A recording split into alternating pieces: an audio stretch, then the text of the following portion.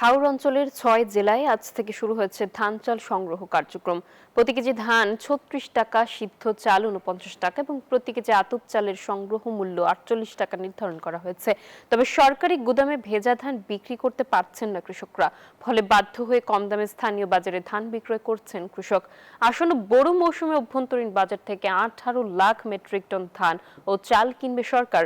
নেত্রকোনা, কিশোরগঞ্জ, সুনামগঞ্জ, সিলেট, মৌলভীবাজার ও হবিগঞ্জের কৃষকদের বোরো ধান ও চাল সংরক্ষণ এবং বিক্রিতে সহায়তা দেওয়ার লক্ষ্যে বিশেষ উদ্যোগ গ্রহণ করেছে। প্রতি কেজি ধানের দাম ৩৬ টাকা এবং সিদ্ধ চাল ৪৯ টাকা নির্ধারণ করা হয়েছে। তবে সরকারি গুদামে ভেজা ধান না বিক্রয় করতে পারে বাধ্য হয়ে কম দামে স্থানীয় বাজারে ধান বিক্রয় করছে কৃষকরা। কলা বাদল সবকিছু বৃষ্টি নিয়ে গেছে, পানি নিয়ে গেছে, আমরা ধান শুকাইতে পারি না এবং বেচতেও পারি না। সরকার এতই দান লয় না, আমরা তো দান যত লাই না দোকানদারের কাছে। আমরা দান কি সরকার নিবনি? আমরা কি কৃষি খাট আছে বলে আমরা এটা। দর্শক, হাওড় অঞ্চলের ৬ জেলায় যে আজ থেকে ধান সংগ্রহ কার্যক্রম শুরু হয়েছে, এ নিয়ে বিস্তারিত জানাতে নেত্রকোনা থেকে যুক্ত হচ্ছেন সোহান আহমেদ কাকন। কাকন, জানাবেন নেত্রকোনায় ধান চাল সংগ্রহ কার্যক্রম শুরু হয়েছে কিনা বা কৃষকদের মাঝে উদ্দীপনা কেমন দেখছেন আপনি? আসলে আজকে থেকেই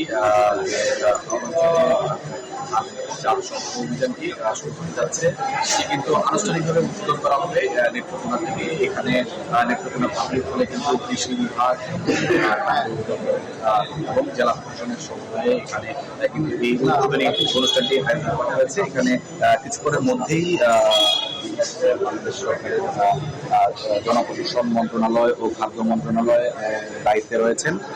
তিনি কিন্তু আসলে এই কার্যক্রমের উদ্বোধন করবেন।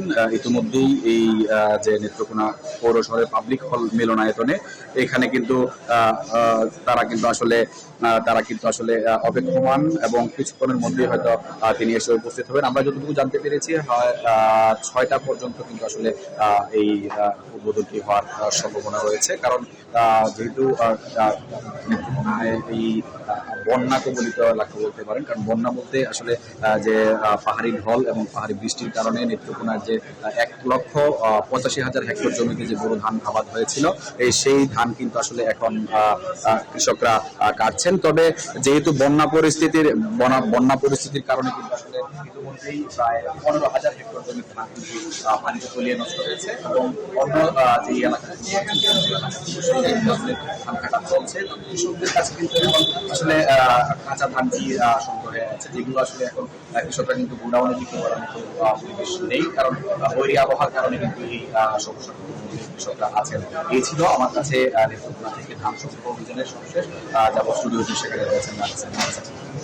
জি, ধন্যবাদ আপনাকে আমাদের সঙ্গে যুক্ত হবার জন্য।